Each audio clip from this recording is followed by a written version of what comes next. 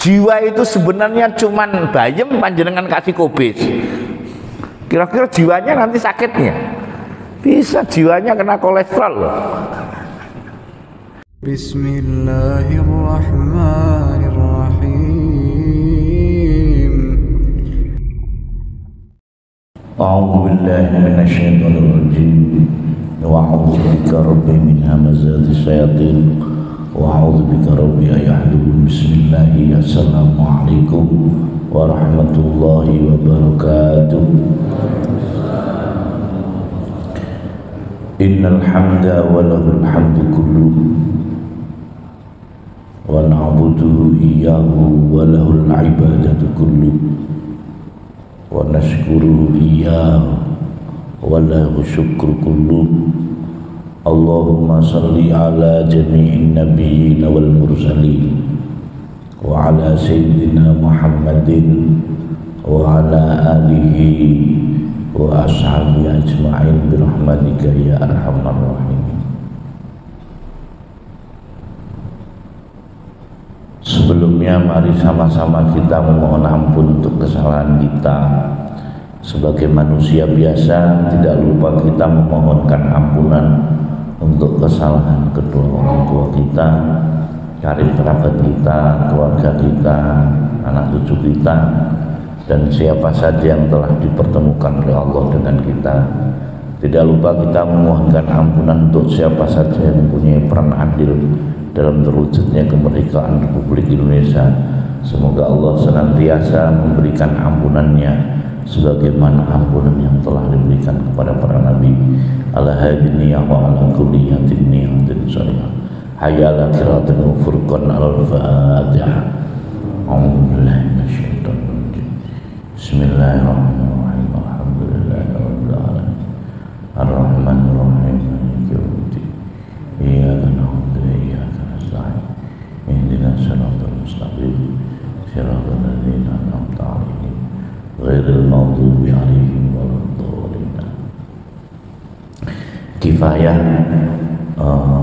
para jamaah hadirin jamaah saat subuh yang dirahmati oleh Allah, dimuliakan oleh Allah, insyaallah.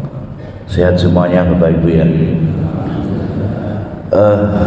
Saya masih ingat kemarin kayaknya kita mau nerusin apa yang kita bahas ataupun kita diskusikan tentang apa kemarin, tentang kematian. Jadi di dunia ini ternyata yang pasti itu ya kematian, yang lainnya masih insya Allah. Dari semuanya yang lain masih insya Allah, tapi kalau mati itu pasti. Cuman kebanyakan mati itu kita menisbahkan penyebab sebagai kematian, entah kecelakaan, entah dan sebagainya. Padahal penyebab kematian itu yang paling harus kita mengerti adalah kehidupan. Jadi kalau kita ini kalau nggak mau mati, ya jangan hidup, nanti insya Allah nggak mati. Ternyata kematian itu penyebabnya adalah hidup. Jadi setelah hidup pasti mati. Maka kenapa di surat Al-Baqarah 2 ayat 28 itu tidak ada menjadi ada, nanti pasti menjadi tidak ada.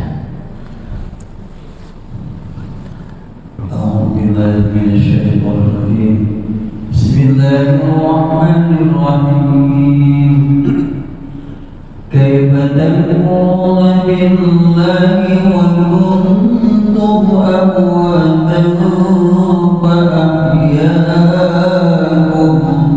thumma yumitukum thumma yuhyikum thumma ilayhi turja'un.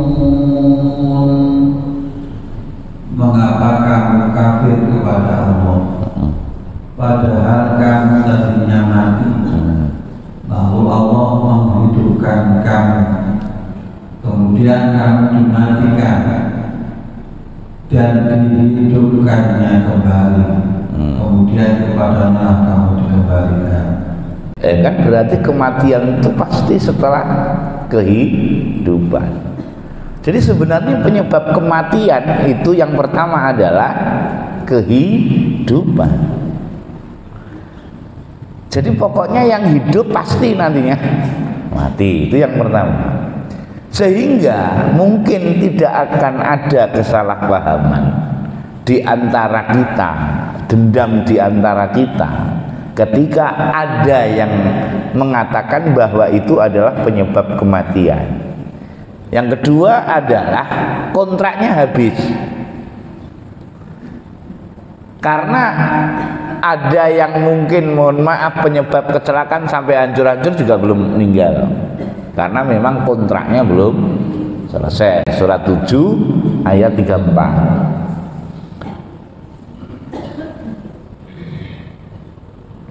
Bismillahirrahmanirrahim. Walikulli ummatin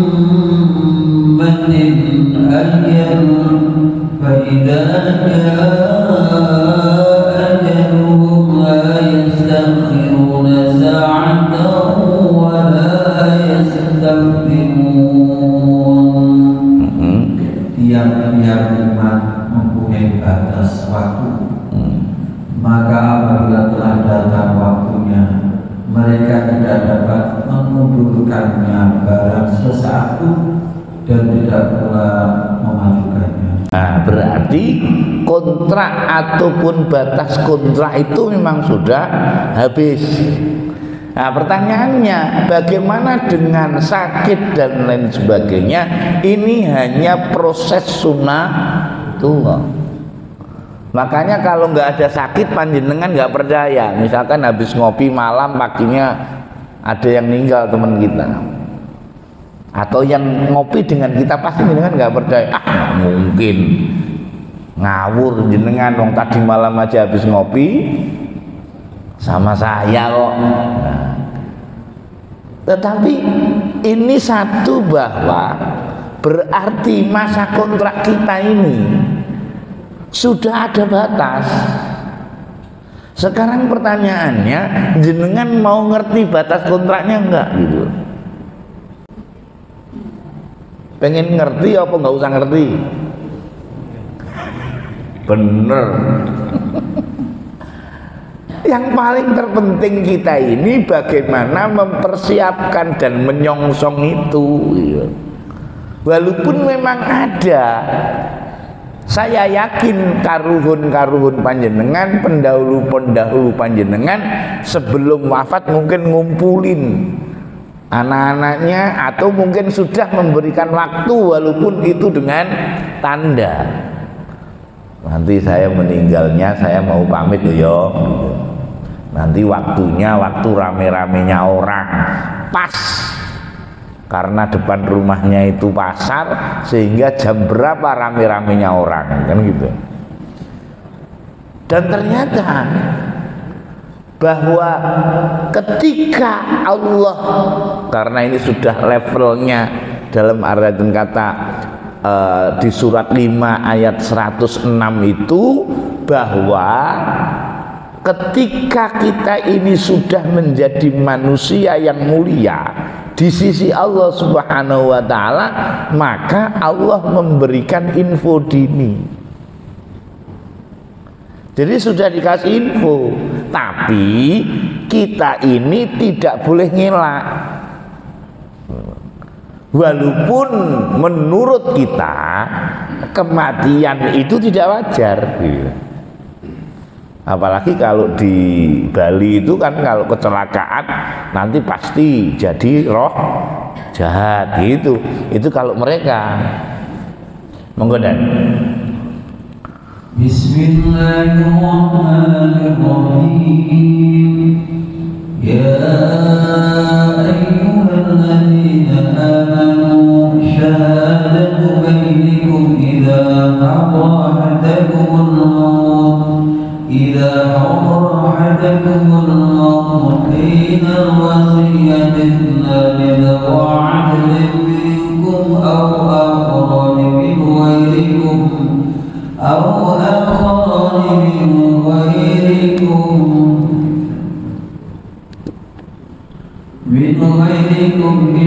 أنتم ضربتم في الأرض فأصابتكم مصيبة الموت تحبسونهما من بعد الصلاة فيقسمان بالله إن ارتبتم لا نشتري به ثمنا ولو كان ذا قربى ولا نكتم شهادة الله إنا إذا لمن الآثمين. Hei orang-orang yang beriman, apabila salah seorang kamu menghadapi kematian sedang dia akan berwasiat, maka hendaklah wasiat itu disaksikan oleh dua orang yang adil di antara kamu. Tahan. Jadi orang yang berwasiat ini sudah tahu informasi belum?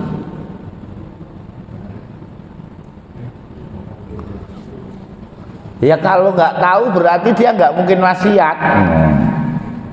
Makanya yang berwasiat sama yang nggak wasiat kira-kira lebih banyak mana? Manusia atau selama ini orang yang mau berwasiat sama yang tidak berwasiat kira-kira lebih banyak mana? Ya enggak? Masih ada yang berwasiat tapi tidak mati-mati. Iya kan di sini ada tanda hadoro ahadakumul maut, maka maut ini menjadi subjek, kematian ini yang mendatangi seseorang. Kemudian dia menginginkan wasiat. Cuman saya nggak tahu wasiat, misalkan nanti saya mati, kalau mati kuburin di sana ya, itu wasiat apa keinginan, itu beda tipis ya.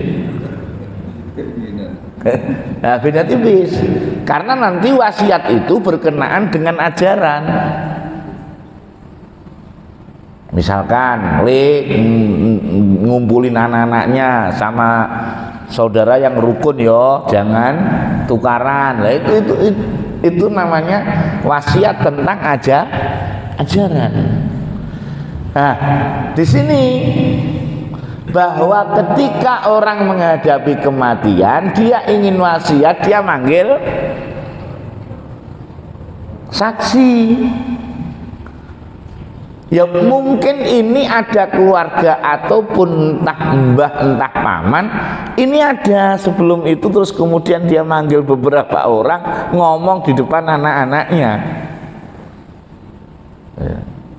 Maka diberikan ataupun diambil saksi, disaksikan oleh dua orang yang adil di antara kamu. Ini loh ya, Rahman Rahimnya Allah, ketika panjenengan di mana saja terus kemudian dapat info dini, boleh ngambil saksi dari agama lain atau dua orang yang beragama lain. Misalkan pas jenengan tugasnya misalkan di Ambon, dapat info karena di perjalanan, ceritanya ini di perjalanan. Lanjut dan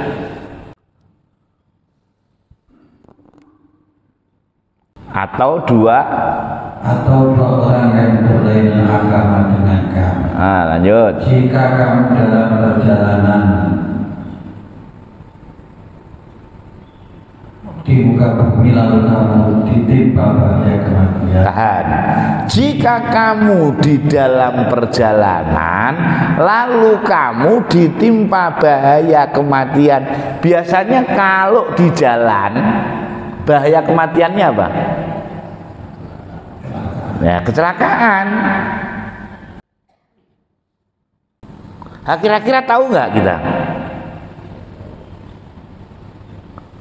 Ya nggak bakalan tahu kalau nggak dikasih tahu. Disuruh ngapain? Lanjut. Kamu tahan kedua saksi itu sesudah sembahyang. Tahan. Berarti ini orang mau mati, gitu, kemudian nyari orang untuk menjadi saksi karena dia akan wasiat. Tapi dia nggak bisa mengelak dari kematian ini, sudah deal-dealan sama Allah.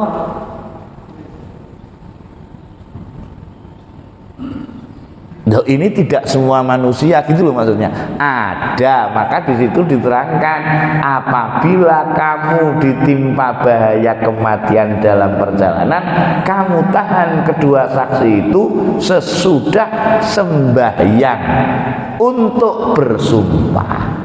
Kira-kira sembahyang apa ini? Ini mesti baru ini. Kan sebelum wasiat tadi. Ini barunya gini loh.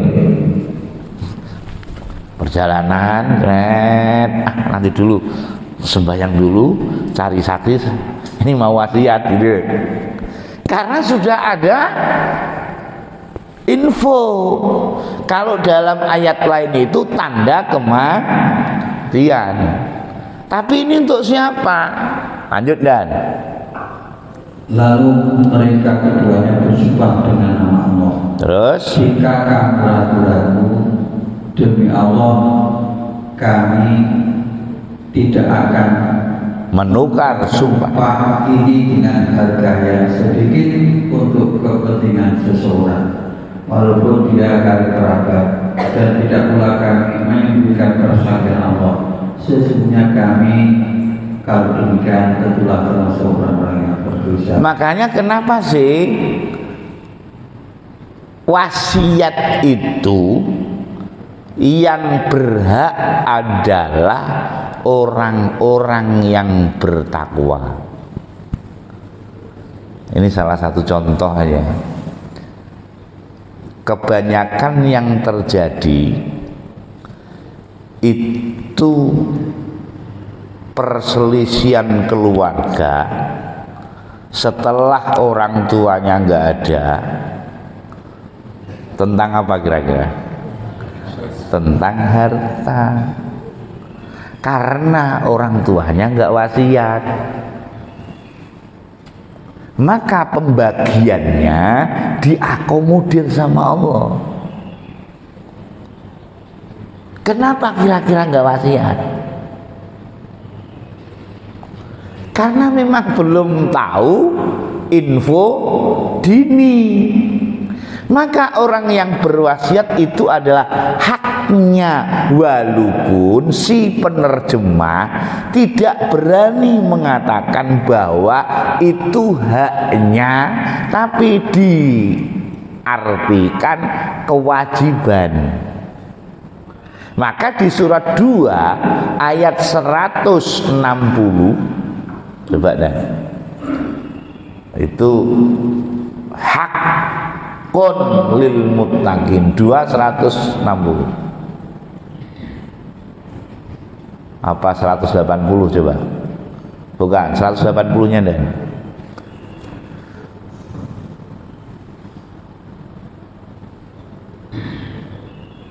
Nah, monggo. Kutiba alaikum idza hadara ahadakumul maut in taraka khairan al-wasiyyatu lil walidayni wal aqrabin bil ma'ruf haqqan 'alal muttaqin. Diwajibkan atas kamu apabila seorang di antara kamu kedatangan tanda-tanda maut. Tahan. Kalau kita biasanya bahasanya apa? Firasat itu kira-kira yang mati apa yang di sekelilingnya? Sementara ini kan itu. Tapi kan ini yang akan mengalami kematian kan gitu. Idza hadara ahadakumul mautu intaraka khairanil wasiyah.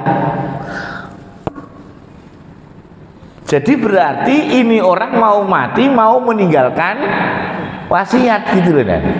karena ada apa? Tanda. Monggo lanjut. Jika ia meninggalkan harta yang banyak, berwasiat untuk ibu bapak. Tahan. Nah, kira sebagai orang tua, kira-kira kalau ibu kita masih, kita mau ninggal, wasiatnya pasti untuk siapa? Pasangan sama anak. Ibunya nggak kepikir pasti. Ya kan? Ke istri. Padahal ibunya itu masih tuh. Padahal Allah bilang harusnya berwasiat untuk ibu, bapak, baru karib, kerabat. Walaupun umumnya ketika kita sudah sepuh, ibu bapak kita sudah nggak ada. Tetapi ketika ada, jangan lupakan itu ibu, bapak. Ini bisa terjadi kalau kita menjadi manusia yang mulia atau manusia yang bertakwa, karena dikasih info. Hakon alal muttaqin diterjemahkan menjadi kewajiban atas orang-orang yang bertakwa. Kalau tidak bertakwa wajib enggak? Ini nanti bertabrakan dengan apa? Bertabrakan dengan tinjauan fikih yang namanya wajib iku ketika ditinggalkan mendapatkan, ya kan? Ya berarti kalau hakon kewajiban atas orang-orang yang bertakwa, yang belum bertakwa, loh, maksudnya bukan itu. Makanya diartikan hakon itu adalah haknya gitu loh, Dan. Jadi yang mampu untuk berwasiat itu yang sudah menjadi takwa. Lek jenengan mau wasiat, yo takwa sik gitu loh. Sehingga nanti dikasih tahu infonya tadi. Nah, di sini ini berarti ketika wasiat ini apa? Makanya ketika wasiat itu hukumnya lebih tinggi. Maka ketika misalkan panjenengan ada pusaka meninggalkan harta, itu terbagi setelah menunaikan wasiat. Kalau wasiat ditunaikan terus kemudian habis, ya nggak berlaku sebenarnya. Yang seper itu nggak berlaku. Sehingga tidak ada yang namanya perselisihan. Pembagian itu adalah untuk mengakomodir manusia yang ketika meninggal belum sempat wasiat, supaya enggak tukaran. Wong dikasih gitu aja tukaran. Surat 4 ayat 11. Monggo. Yusikumullahu fi auladikum lidzakari mithlu hadhil unthayayn wa in kunna nisa'an fawqa natayni falakunna thulutha wa in kanat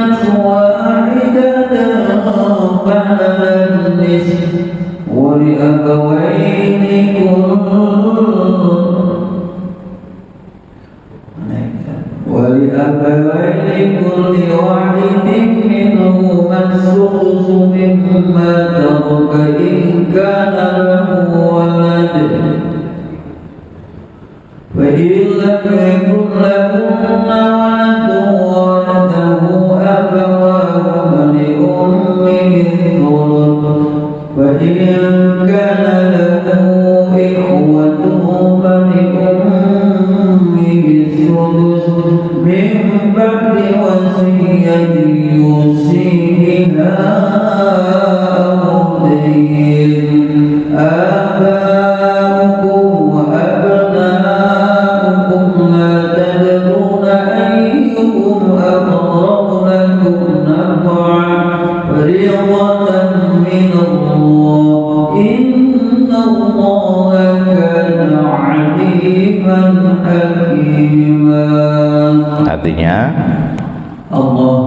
memperingatkan bagimu tentang pembagian pusaka untuk anak-anakmu, yaitu bagian seorang anak lelaki sama dengan bagian dua orang anak perempuan. Lanjut. Dan jika anak itu semuanya perempuan lebih dari dua, maka bagi mereka 2/3 dari harta yang ditinggalkan. Terus. Jika anak perempuan itu seorang saja, maka ia memperoleh separuh harta. Lanjut. Dan untuk 2 orang ibu bapak, bagi masing-masingnya 1/6 dari harta yang ditinggalkan. Lanjut.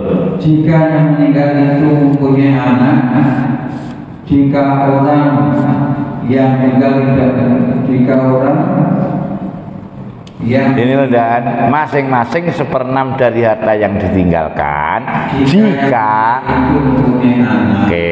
Jika orang yang meninggal tidak mempunyai anak dan ia diwarisi oleh ibu bapaknya saja, maka ibunya mendapat 1/3. Jika yang meninggal itu mempunyai beberapa saudara, maka ibunya mendapat 1/6. lanjut. Pembagian tersebut di atas sesudah dipenuhi wasiat. Ya.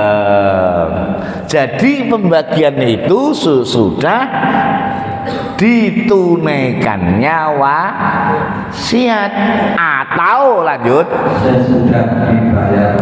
sesudah dibayar utangnya. Utangnya dihitung dulu, baru dihitung sisanya tinggalan. Nah, ini semuanya berkenaan dengan apa? Berkenaan dengan yang namanya jiwa. Makanya kemarin ada ayat yang mati jiwanya digenggam oleh Allah, yang tidur jiwanya digenggam oleh Allah sama-sama. Ini kan sebenarnya harusnya kita mengambil ibrah pelajaran. Jenengan itu ketika tidur mau sakit apapun pasti sakit jenengan nggak terasa. Kenapa? Karena dekat sama Allah. Maka 39 ayat 42 jadi bahwa ketika kita mati, makanya yang diambil itu nyawa apa roh? Ayo ini satu jamaah loh, nanti 2 mazhab ini bahaya loh. Ketika dicabut itu yang dicabut nyawanya apa yang dicabut rohnya? Maka kita harus bisa membedakan antara roh dan jiwa dan nyawa. Jangan-jangan kita nggak bisa bedain antara nyawa sama roh. Karena sementara ini yang kita dapat informasi malaikat pencabut roh. Karena yang akan disuruh keluar itu jiwa. Maka di sini coba kita perhatiin banget nih. Apa bedanya orang mati sama orang tidur?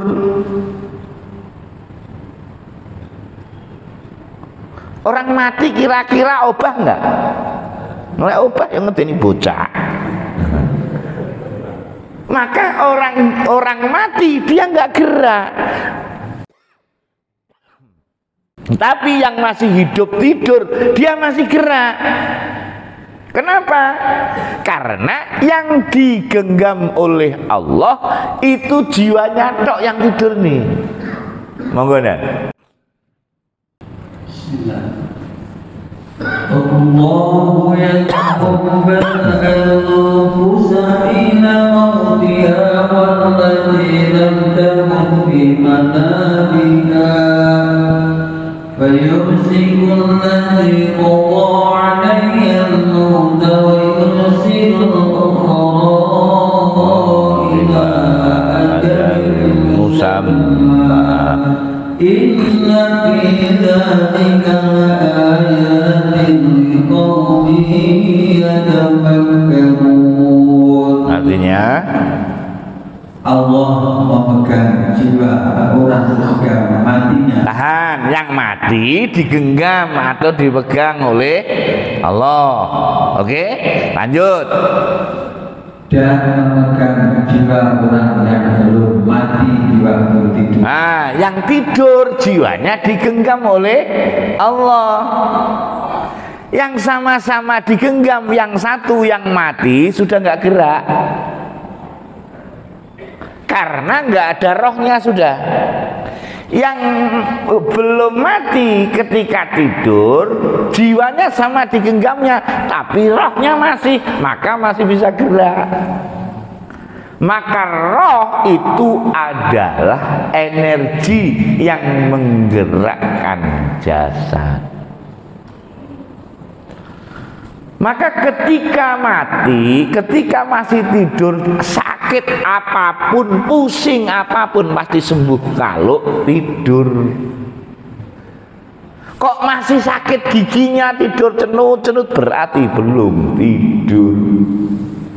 Gak bisa tidur. Loh, berarti tidur nggak? Maunya tadi informasi dari Allah ketika tidur, apa nggak bisa tidur? Oh, ketika tidur kok. Jadi ketika merasakan sakit, sumpek jenengan nggak bisa tidur, berarti jenengan jiwa kita yang mungkin nggak mau digenggam.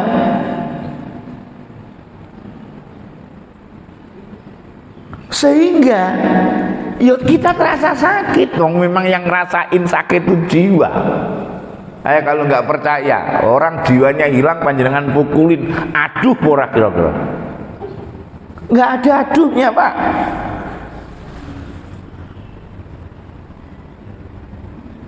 Nanti panjenengan lihat itu di Jombang atau di mana, di lantai pun melaku biasa juga ngerasa sakit.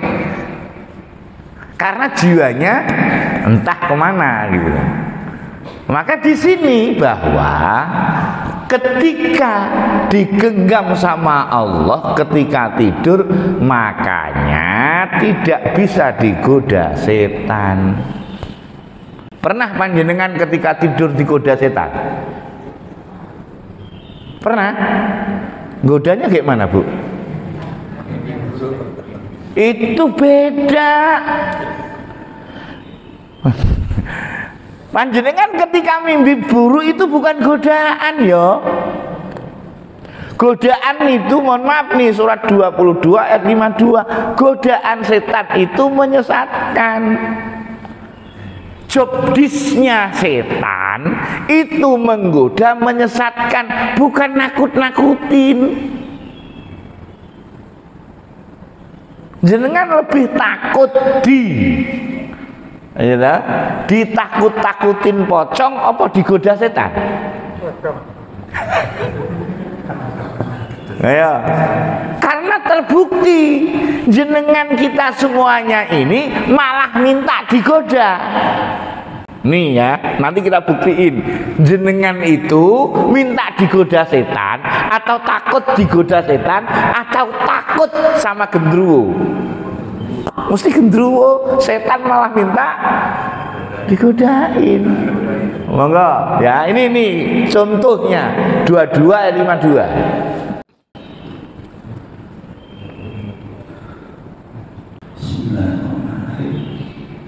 وَمَا أَرْسَلْنَا مِن قَبْلِكَ مِن رَّسُولٍ وَلَا نَبِيٍّ إِلَّا إِذَا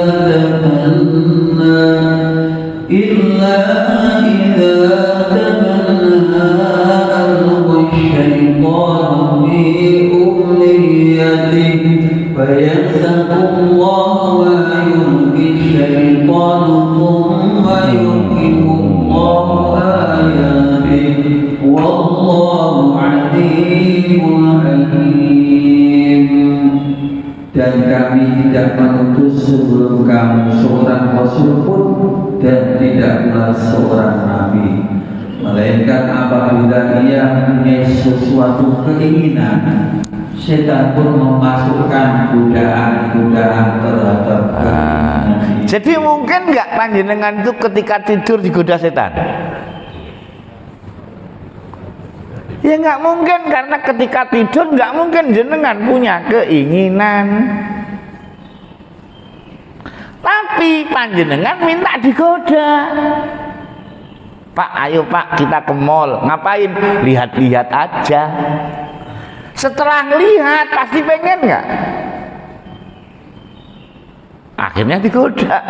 Beliau mumpung diskon, mumpung murah. Makanya membeli biasanya itu melebihi kebutuhan. Saya pikir bener juga. Kadang kita ini nggak sadar kita sedang ngasih modal orang yang sebenarnya nggak butuh modal. Jenengan beli yang namanya misalkan pasta. Satu pasta itu bisa dipakai mungkin panjenengan 1 bu, tapi gara-gara ada hemat beli 2, nah berarti kan jenengan 2 bulan 2 itu panjenengan kasih modal. Loh bener ya? Belum panjenengan pakai tapi sudah kasih, kan sama saja begitu. Gara-gara apa? Gara-gara ada keinginan. Keinginan itu munculnya kapan sih, Dan? Ayo. Ketika panjenengan ada input masuk. Sebenarnya yang menjadikan indah itu bukan jenengan, gitu loh. Karena keindahan itu bukan di objek ini. Bu, mohon maaf, AC itu nggak ada indahnya bagi orang yang nggak kuat dingin. Padahal yang nggak kuat panas, indah banget gitu. Makanya ketika orang nggak terbiasa dingin, lihat AC, ayo mesti ngalih tuh atau sembunyi di sini, wah nggak kena. Tapi yang biasa dingin, mohon maaf, pasti ayo kalau nggak di depannya. Berarti keindahan itu ada di mana, Pak? Di sini masing-masing. Makanya ini Allah sudah maha adil, maka melihat masing-masing ada yang indah. Di sini mungkin yang melihat indahnya akik nggak ada yang pakai akik. Itu kalau ibaratnya di pasar ada obral akik, nggak tergoda. Tapi yang nggak tahu tiba-tiba ngelihat. Nah, berarti ketika tidur itu kita tidak ada godaan sebenarnya. Nah sekarang kenapa kok kita mimpi buruk gitu loh? Kalau mimpi buruk jenengan introspeksi kira-kira apa yang panjenengan kerjakan sebelum tidur? Kenapa? Karena orang tidur itu sebelumnya dikasih ketentraman oleh Allah. Kalau nggak bisa tidur tentrem nggak? Itu pasti pikirannya nggak karu-karuan, kan? Bukan gara-gara sakitnya. Sakit itu dibalikin lagi, ngerasa lagi gitu. Makanya ketika tidur walaupun lubangnya masih, gitu, ketika tidur sembuh, ketika bangun lagi sakit lagi. Nah, nanti kita harus bisa bedain nih, mana yang nyawa, mana yang roh, mana yang jiwa, supaya kita mampu ngasih makanan setiap ini. Kira-kira sementara ini kita ngasih makanan yang mana nih? Yang roh, apa yang jiwa, apa yang jasad? Jangan-jangan nanti makanannya keliru. Jiwa itu sebenarnya cuman bayem, panjenengan kasih kobis. Kira-kira jiwanya nanti sakitnya. Bisa jiwanya kena kolesterol loh. Nah kita harus tahu itu. Nah makanya ini Bu, keinginan itu muncul setelah panjenengan mandang, dan ini isi mukhnya manusia, surat 3 ayat 14. Di sini muncul sedikit-sedikit yang namanya Tuhan selain Tuhan, di sini muncul. Monggonan. Zuyina linnasi hubbu syahwati minan nisa'i wal banina wal qanatir muqantarati minadh dhahabi wal fiddati wal khaylil musawwamati wal an'ami wal harth. Dzalika mata'ul hayatid dunya wallahu 'indahu husnul ma'ab. Artinya dijadikan indah pada pandangan manusia kecintaan kepada apa-apa yang diingin. Tahan. Cinta dulu baru ingin, apa ingin dulu baru cinta? Oke.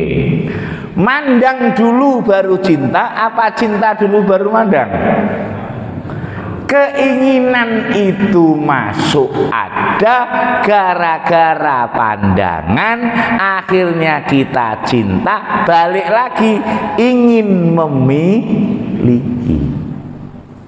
Padahal cinta tidak harus memiliki. Rawahu Raisa. Ini berarti sebenarnya nggak ada indahnya, tapi dijadikan indah. Siapa yang jadiin indah? Sehingga pikiran kita ini kan keinginan manusia. Nah, kira-kira keinginan Allah yang mana? Dan setiap hari kira-kira kita ini dipenuhi dengan keinginan Allah apa keinginan manusia? Ya ini. Makanya jadi manusia nggak usah kemetak, kemelinti. Ternyata kita ini mohon maaf lebih dominan keinginan sebagai manusia. Salah? Nggak salah. Tapi ini semuanya jangan melupakan Tuhan, gitu loh. Makanya kenapa orang tidur, sebelum tidur itu proses sunatullahnya apa? Ngantuk. Loh, ngantuk itu Bu anugerah. Loh, kalau jenengan nggak bisa tidur itu gara-gara nggak ngantuk apa gara-gara apa? Maka di 8 ayat 11 itu Allah sudah berstatement, aku jadikan kamu mengantuk ketentraman dariku. Loh, kok jenengan nggak bisa ngantuk, piye ceritane? Apa ucuk-ucuk tidur? Bahaya kalau ucuk-ucuk tidur. Proses sunatullah itu harus ngantuk. Proses panjenengan ke toilet harus apa? Mules. Bahaya nggak misalkan langsung itu? Ucuk-ucuk. Nah, ya kan? Sama naik sepeda motor nggak ada ngantuk, ucuk-ucuk lep gitu. Ya kita dikasih tanda ngantuk, tapi kita nggak minggir. Monggo.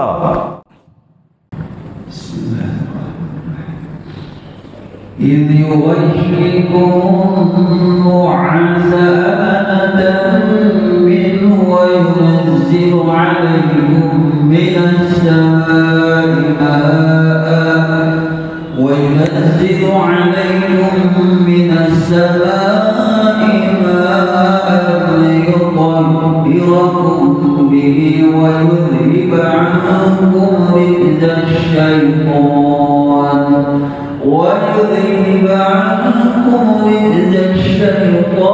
وليربط على قلوبكم ويثبت به الأقدام. Ingatlah ketika Allah menjadikan kamu mengantuk sebagai suatu penentraman daripadanya. Jadi kalau ngantuk itu apa sebenarnya? Apa? Loh, ini anugerah dari Allah. Itu kalau ngantuk.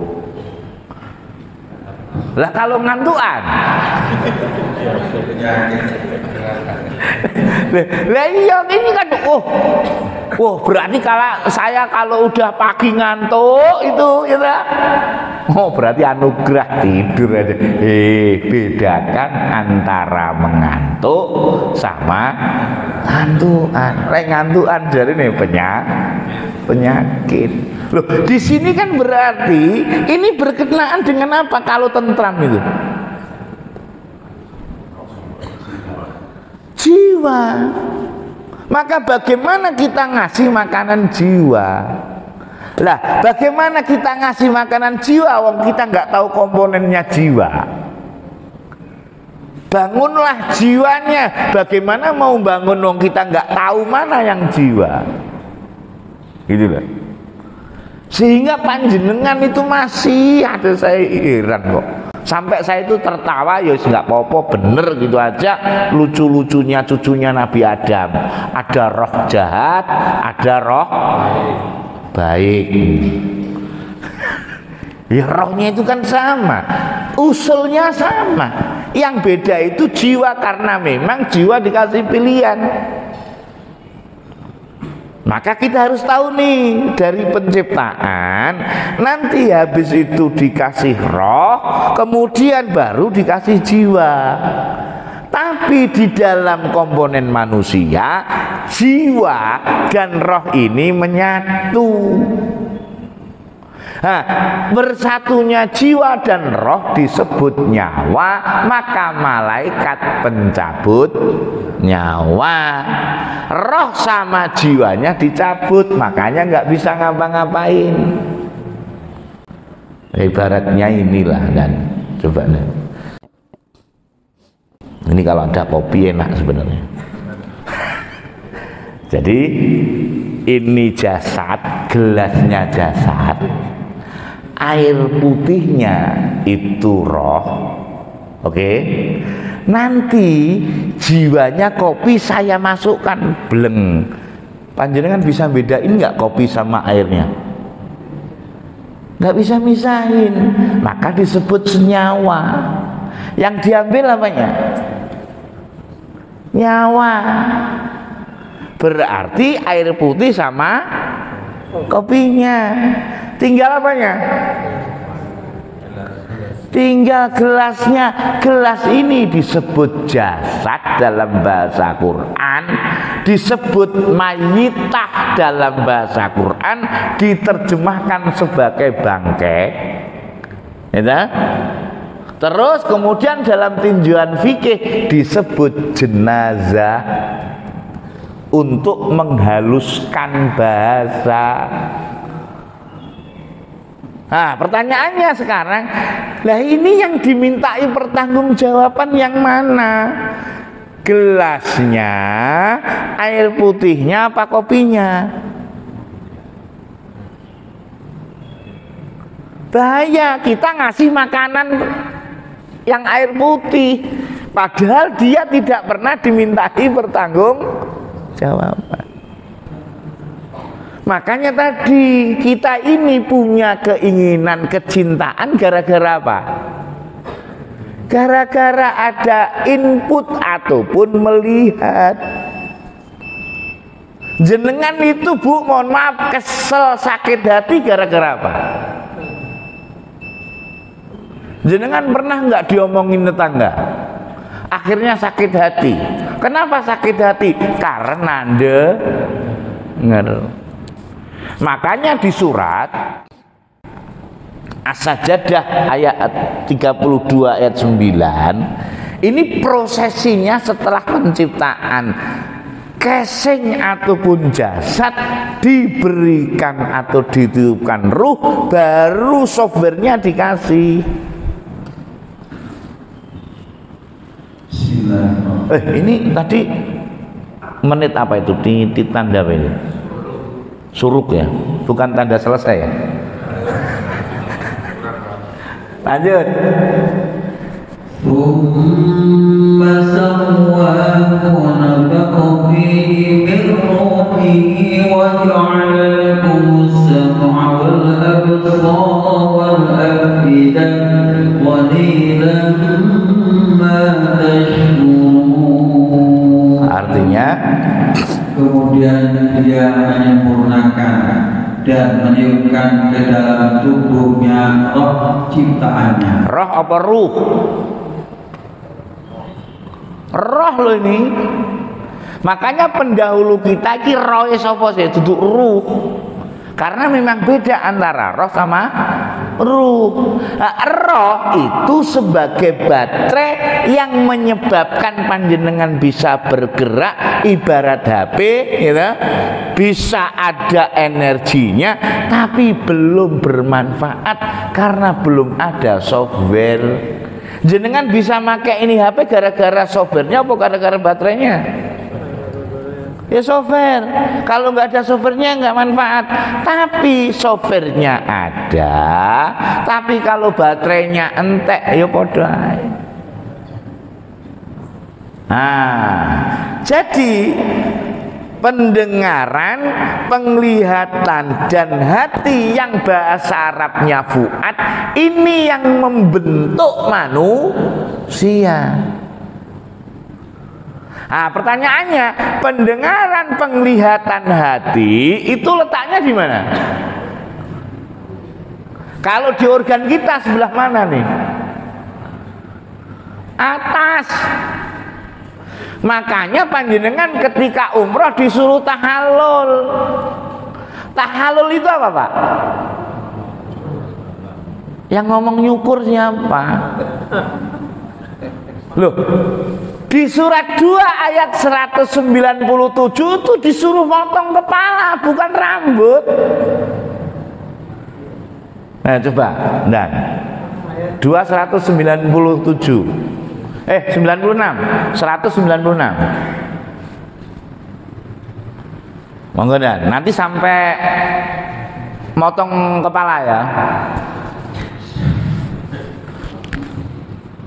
وَأَتِمُّوا الْحَجَّ وَالْعُمْرَةَ لِلَّهِ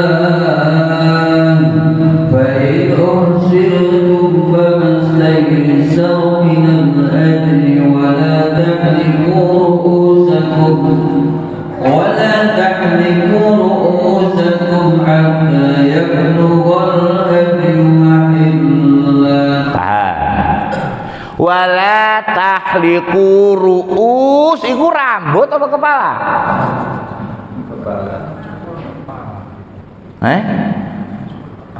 Iya kepala apa rambut?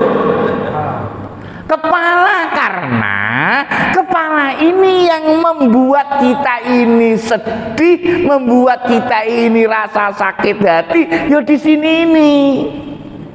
Makanya Sunan Kalijogo dulu ketika karun-karun kita mau mendirikan bangunan itu, kerbau buah satu ekor dipendem sama Sunan Kalijogo, dirubah. Kebo itu yang sakti kepalanya.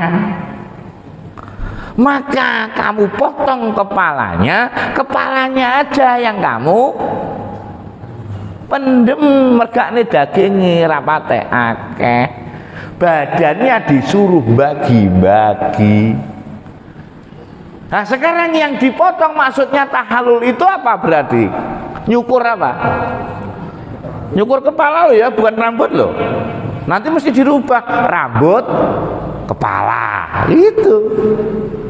Karena ini yang dipotong kepala, karena apa? Keinginan melalui pendengaran, penglihatan. Hati itu disebut sudur sebenarnya. Sudur itu adalah titik kesadaran. Titik kesadaran panjenengan di mana?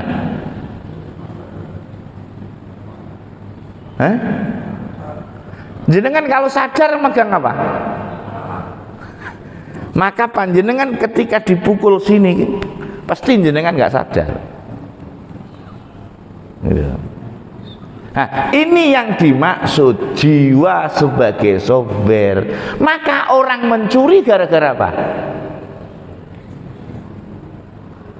Ya gara-gara pendengaran, penglihatan hati. Orang berbuat kekerasan rumah tangga gara-gara apa? Maka panjenengan nggak pernah lihat perampok begal nggak ada kepalanya, mesti berkepala semuanya. Nah, maka kita umroh itu sebenarnya ini ketika terakhir disuruh motong, simbolnya adalah rambut. Maka Nabi Muhammad SAW berstatement tentang tahallul, sebanyak helai rambut yang kamu potong, sebanyak itu pula dosamu berguguran. Iki yang nggak bisa ngelakuin ibu-ibu, karena ibu-ibu mau gundul mau botak nggak boleh sama suaminya, tapi nggak bisa gugur. Bukan itu maksudnya. Semua pikiran-pikiran karena melihat, mendengar panjenengan masukkan dalam hati, kemudian panjenengan berpikir gitu loh. Nah ini jiwa nih. Makanya kira-kira yang orang mencuri ini gara-gara apa sih? Ya gara-gara mikir, melihat iki kok HP-ne apik, ditenono nggo. Itu. Sehingga sebenarnya orang mencuri itu gara-gara apa? Perintah daripada pendengaran, penglihatan hati. Maka masuknya setan ya lewat pikiran.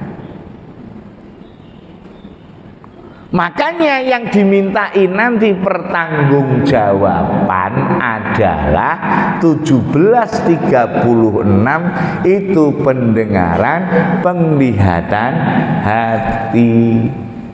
Ayo jenengan ngolok-ngolok orang. Itu gara-gara apa? Sakit hati gara-gara apa? Melihat, denger. Kayak kemarin tadi malam itu orang Ponorogo datang main ke tempat saya, ngobrol. Jadi setiap hari, hampir setiap minggu dia ngirim produk tas dia ke Bali, dan tasnya itu untuk sembahyang setiap hari di pura. Wah, kesempatan ngono kok setiap hari ngelek wong Hindu, tibake tas sing nyuplai kowe. Ayo ente kalau nggak ada dia gimana itu? Makanya jangan sampai kita ini mengolok-olok. Gara-gara apa? Ngelihatnya pakai penglihatan mata sama pendengaran kuping, bukan fungsi daripada mata dan fungsi daripada telinga. Nanti yang dimintai pertanggungjawaban ini nggak mungkin, dan tangan itu terbang sendiri. Orang melecehkan ataupun pelecehan itu nggak mungkin terus terbang sendiri. Ya gara-gara pendengaran, penglihatan hati. Maka yang dimintai pertanggungjawaban, lanjut dah. ولا تقف ما ليس لك به علم إن السمع والبصر والفؤاد كل أولئك كان عنه مسؤولا. Artinya, dan janganlah kamu mengikuti apa yang kamu tidak mempunyai pengetahuan tentangnya. Sesungguhnya pendengaran, penglihatan dan hati semuanya itu akan diminta pertanggungjawabannya. kalau yang dimintai pertanggungjawaban adalah pendengaran, penglihatan hati alias jiwa, maka ini disebut nafsu.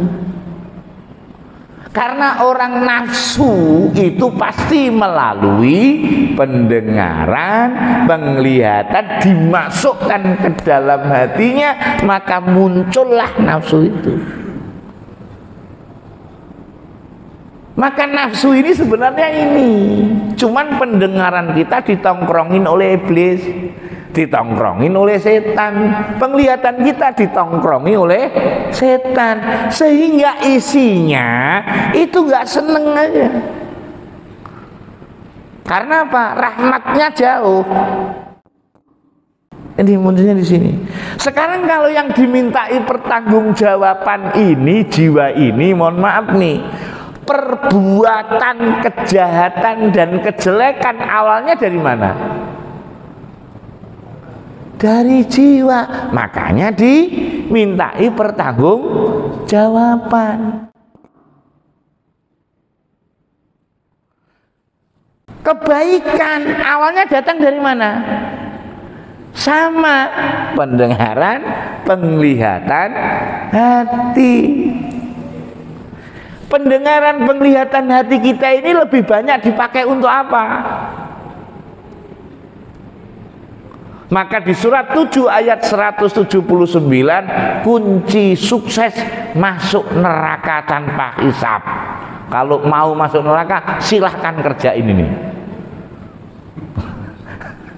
Wes enggak insya Allah, tapi pasti. Siapa yang mau daftar? Monggo.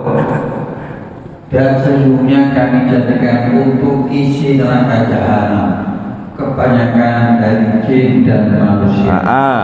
Mereka mempunyai hati tetapi tidak dipergunakan untuk memahami ayat-ayat Allah. Hati kita untuk ngapain?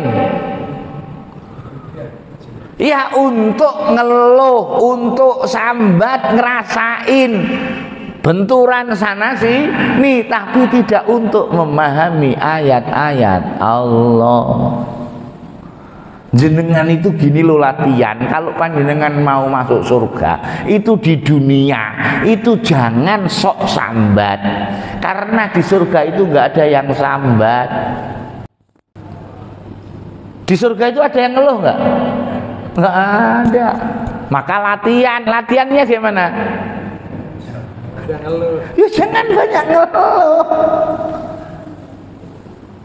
Di surga aja ngeluh, apalagi di sana. Di sekarang aja ngeluh, di sana nanti ngeluh. Lanjut. Yang pertama, hatinya tidak dipakai untuk memahami. Lanjut. Dan mereka mempunyai mata, tetapi tidak digunakan untuk melihat tanda-tanda Allah. Loh. Terus? Dan mereka mempunyai telinga, tetapi tidak digunakan untuk mendengar ayat-ayat Allah. Nah, ini sesungguhnya apa insya Allah? Sesungguhnya isi neraka jahanam orang yang itu, apa insya Allah orang itu? Pasti. Pasti. Sukses enggak ini masuk nerakanya? Sukses. Perlu hisab enggak? Oh, jenenge sesungguhnya. Pokoknya 3 jiwa kita ini enggak dikasih kegiatan ini, pasti aja. Maka dianggap orang yang tidak menggunakan semestinya ini dianggap wedus. Lanjut. Mereka itu seperti binatang ternak. Secara original bahasa ulaika hum kal an'am itu beda. Kalau ada kal an'am namanya sebagai, kalau ka'an'am itu seperti. Berarti kalau sebagai binatang ternak apa lagi wedhus? Berarti jangan kita di mata Allah apa? Wedhus. Berarti kalau yang dimintai pertanggungjawaban ini kira-kira Bu, mohon maaf, yang masuk surga yang mana? Jiwa, roh, apa kesinge? 89 ayat 27. Cuman Ustaz, ada ayat yang nanti itu orang kalau di neraka akan disiksa, akan hangus, akan kembalikan lagi. Bener. Karena jiwa itu supaya ngerasa harus ada raga. Jadi fisiknya juga dalam bentuk fisik juga. Loh. Raga itu apa sih? Ya fisik. Cuman jangan ngomong fisik ini sekarang. Karena apa? Karena ini jadi tanah nanti, itu masih ada nanti. Mau yang enak, mau yang nggak enak. Nah, ini yang nggak enak dulu aja lah, 5 ayat 60. Ini yang nggak enak ya. Ini yang enak sih. Monggo. Katakanlah, apakah akan aku beritakan kepadamu tentang orang-orang yang lebih buruk balasannya dari orang-orang fasik? Itu di sisi Allah. Wah, kira-kira kapan nih? Makanya dulu pendahulu kita buat komik, ya kan? Badannya manusia, kepalanya babi, kepalanya jaran. Itu sebenarnya ngelihat sekarang itu banyak casingnya manusia, tapi jiwanya. Lanjut deh. Yaitu orang-orang yang dikutuki dan dimurkai oleh Allah. Di antara mereka ada yang dijadikan kera dan babi, dan orang yang menyembah Tauhid, dan orang yang menyembah tagut. Mereka itu lebih buruk tempatnya dan lebih tersesat dari jalannya. Benar nggak? Jadi kira-kira pendahulu kita kalau nggak salah tahun 70-an ada komik yang gitu, nanti di akhirat atau di neraka ada kepalanya. Salah satunya adalah itu, jiwa kita ini imaterial, jasad itu adalah material. Nah, makanya berarti yang masuk neraka apanya? Jiwa. Yang masuk surga jiwa. 89 ayat 27. Baru nanti panjenengan kasih roh itu makanannya apa, kemudian jiwa makanannya apa. Maka ada yang namanya tazkiyatun nafs. Monggo. Ya ayyatuhan nafsul mutmainnah, jiwa yang tenang. Terus irji'i ila rabbiki radiyatan mardiyah. Kembalilah kepada Tuhanmu dengan hati yang kuat. jadi yang kembali kepada Tuhan apa tadi? Jiwa. Karena panjenengan ketemu sama Allah di awal, itu jiwa panjenengan. Jadi jenengan sudah ketemu sama Allah belum? Udah. Di surat 7 ayat 172. Cuman jenengan lupa. Lupanya kenapa? Gara-gara banyak penglihatan input yang sudah masuk. Balik lagi ya. Nah sekarang ini dulu, yang disuruh kembali adalah disuruh masuk surga. Lanjut. Fadkhuli fi ibadi, maka masuklah ke dalam jamaah hamba-hamba. Lanjut. Wadkhuli jannati, dan masuklah ke dalam surga. Ya, jadi nanti jiwa ini, ya, jiwa ini yang disuruh masuk, ini jiwanya. Kembali tadi, kembali lu. Berarti kalau kembali, posisi sebelumnya kan di sana, terus jenengan keluar, suruh balik kan gitu. Karena ketika panjenengan masih janin, jenengan itu suci, maka berjumpa dengan Allah, maka panjenengan diambil saksi. Kenapa? Karena suci nih. Makanya mohon maaf, doa sholat jenazah bayi ada Allahumma ighfir lahu? Ada. Bayi terus didoain Allahumma ighfir lahu. Belum punya dosa. Makanya justru mendoakan, ya Allah ya Rabb, jadikan bayi ini sebagai celengan ibunya, sebagai safi penolong ibunya, karena dia suci. Maka di surat 7 ayat 172, panjenengan dijumpai oleh Rabb untuk diambil saksi karena masih suci. Jadi contoh orang suci itu siapa? Anak jenengan yang masih bayi, nggak pernah takut sama gendruwo. Semakin kesini semakin takut sama gendruwo, malah minta digoda setan. Lanjut.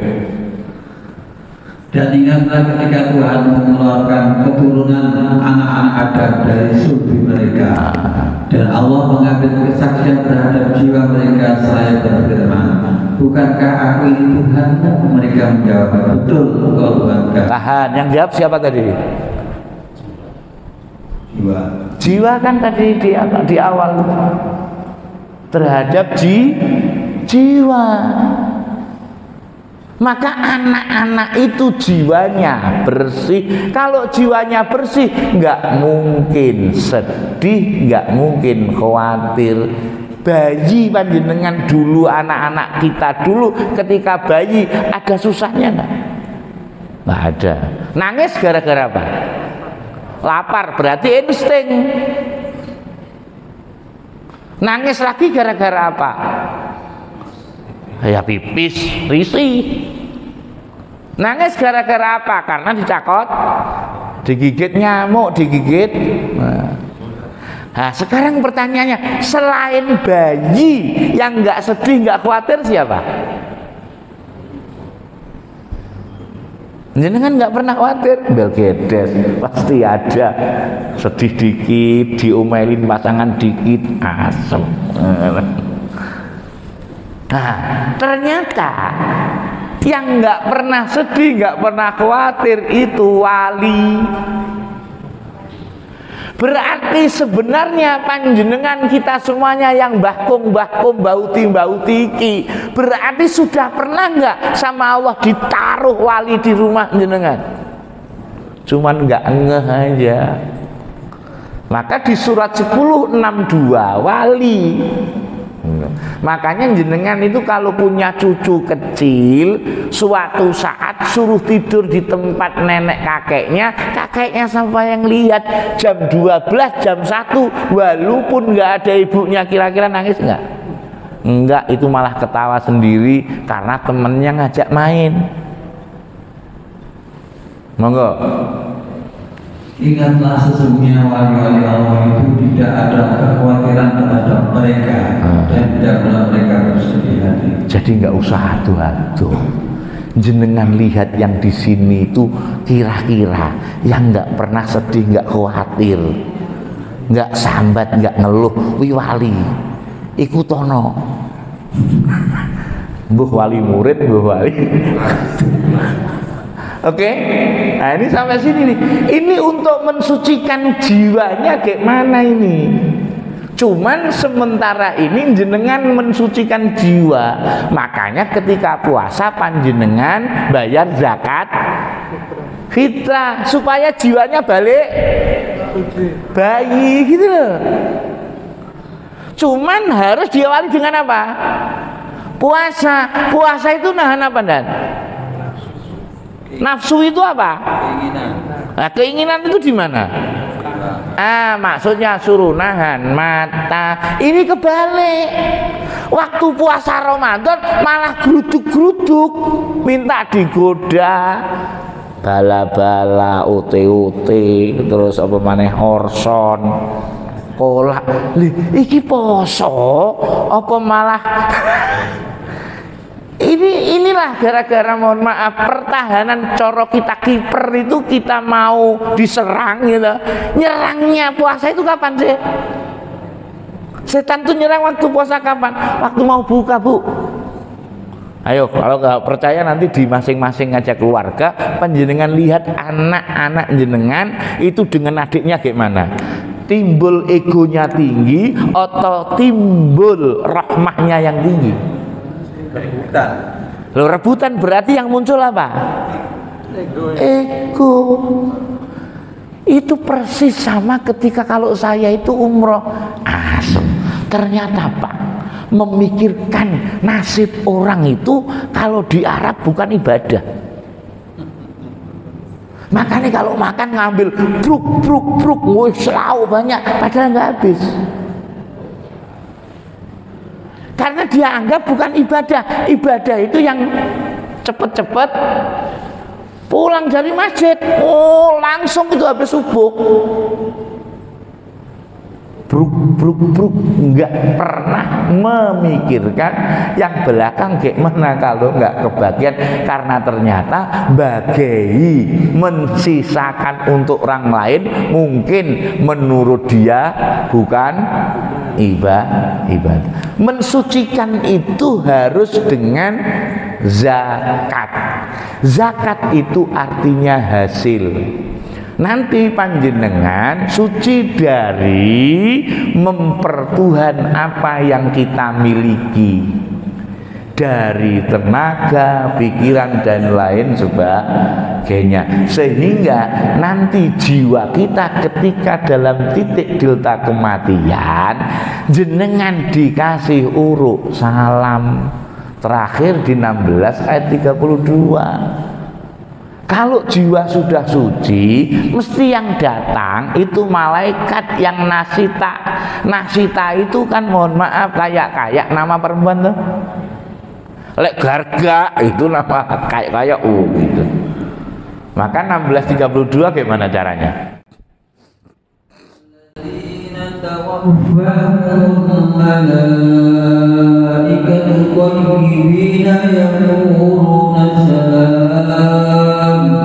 يقولون سلام عليكم ادخلوا الجنة بما كنتم تعملون. Yaitu orang-orang yang diwafatkan dalam keadaan baik. Loh, jadi orang yang diwafatkan dalam keadaan baik dengan malaikat yang baik. Oleh malaikat dengan mengatakan kepada mereka, Assalamualaikum, masuklah kamu ke dalam surga itu disebabkan apa yang telah kamu kerjakan. Nah, tahan. Kalau malaikat datang ke jenengan assalamualaikum, panjenengan jawab apa? Langsung udkhuluha bisalah min, nggak perlu nunggu itu jiwa. Wallahu sariul hisab. Oke, sampai sini aman? Ada pertanyaan? Alhamdulillah tidak ada pertanyaan karena sudah jam 5:30. Yuk kita munajat, semoga kita, anak cucu kita dan keluarga kita, ya kan?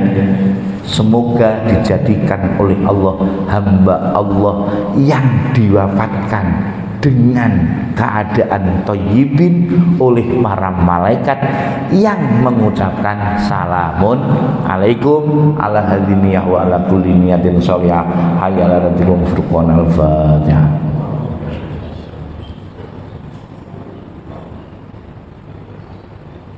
Ya Allah ya Allah, jadikanlah kami, anak cucu kami dan seluruh keturunan daripada anak cucu kami ya Allah sebagai hamba-Mu yang mewujudkan keinginan-keinginan ya Allah di muka bumi, wabil khusus di negeri kami tercinta, wabil khusus di keluarga kami.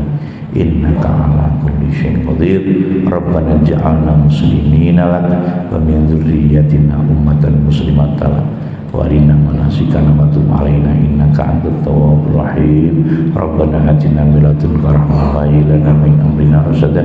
Wa sallallahu ala Muhammad wa ala alihi wa sahbihi wa barik wa sallam ajma'in walhamdulillahi rabbil alamin. Ibtigha mardatillah syahadu rasulullah al-fatihah.